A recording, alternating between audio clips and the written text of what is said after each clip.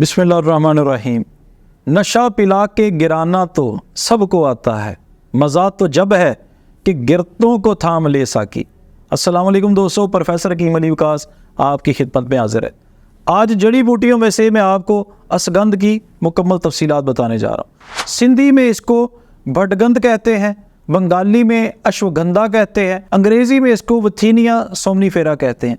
असगंध का पौधा सतह ज़मीन से 2 फुट से लेकर 5 फुट तक ऊंचा होता है। इसकी शाखें गोल होती हैं। इसके पत्ते तकरीबन आधे इंच से 1 इंच तक लंबे होते हैं। असगंध का फूल सर्दी माइल और बाज़ औक़ात सब्ज़ी माइल होता है। इसके बीज गोल और 1 इंच से 3 इंच तक होते हैं।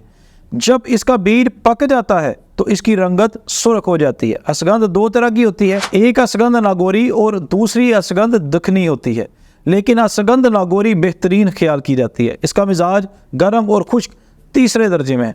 इसके मुसले गोंद कतीरा और समग अरबी हैं। इसकी मिकदार खुराक 3 ग्राम से 5 ग्राम तक है।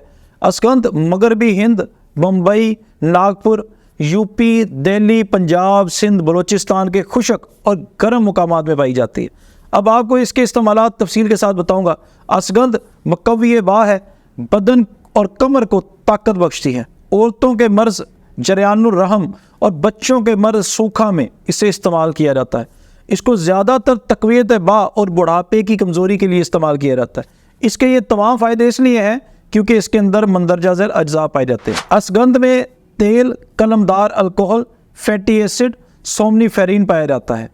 अब असगंध से तैयार किया जाने वाला एक नुस्खा आपको बताऊंगा जो हमारा मामूल मतब है और बहुत सारे मरीज़ों पर तजर्बा किया है हमने। 25 ग्राम सादा हलवा में असगंध की जड़ का सफूफ, ये जो आपको नज़र आ रही है असगंध की जड़ है, 4 ग्राम की मिकदार में आपने डालकर खाना है।